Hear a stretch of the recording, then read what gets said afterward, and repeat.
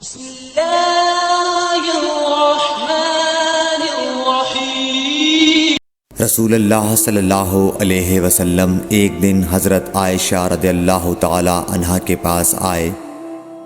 اس وقت ایک عورت حضرت عائشہ رضی اللہ تعالی عنہا کے پاس بیٹھی تھی۔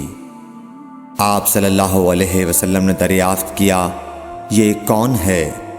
عرض کیا، فلاں عورت، اور اس کی نماز کے اشتیاق اور پابندی کا ذکر کیا۔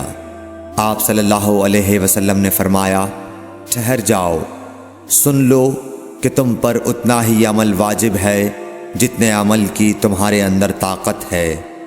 اللہ کی قسم، ثواب دینے سے اللہ نہیں اکتاتا، مگر تم عمل کرتے کرتے اکتا جاؤ گے، اور اللہ کو دین کا وہی عمل زیادہ پسند ہے جس کی ہمیشہ پابندی کی جا سکے، اور انسان بغیر اکتائے اسے انجام دے۔